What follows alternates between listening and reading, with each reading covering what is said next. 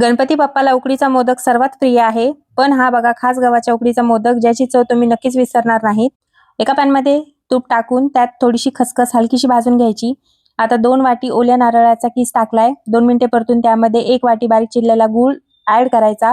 सारण जास्त कोरडं करायचं नाही, रसरशीत ठेवायचं. थोडीशी विलायची पावडर आणि जायफळ किसून टाकले. सारण तयार आहे. थंड होण्यासाठी साईडला ठेवूया.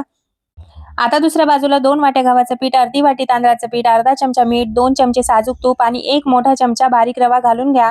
हे सर्व एकत्र करून पुरीसारखा घट्टसर मऊसूद असा गोळा मळून 10 मिनिटांसाठी रेस्टला ठेवायचा.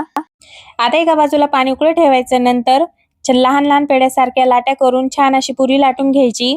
काठ पातळ आणि मध्यभाग थोडा जाडसर ठेवायचा. आता त्यावर सारण ठेवून चिमटे काढत सुंदर असा मोदक तयार करून घ्यायचा आणि कळ्या देखील खूप सुंदर पडतात. मोदक बनवण्याच्या खूप साऱ्या पद्धती आहेत. पारंपरिक म्हणजे हाताने कळ्या पाडता येतात. जशा ह्या दाखवते त्याप्रमाणे अगदी सोपी. ज्याला मोदक काहीच जमत नाही त्याला देखील ही पद्धत जमेल.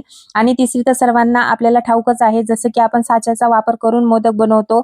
यामध्ये तूप लावायचं, पीठ टाकायचं आणि जे एक्स्ट्रा पीठ आहे ते बाहेर काढायचं आणि त्यामध्ये सारण भरून एक्स्ट्रा पीठ वरून लावून टाकायचं. तयार आहे मोदक. पहिल्याच प्रयत्नात मोदक परफेक्ट जमणं थोडंसं कठीण असतं. सर्व मोदक एका तुपाने ग्रीस केलेल्या प्लेटमध्ये ठेवून लो टू मीडियम फ्लेमवरती साधारणतः 15 मिनिट वाफून घ्यायचे.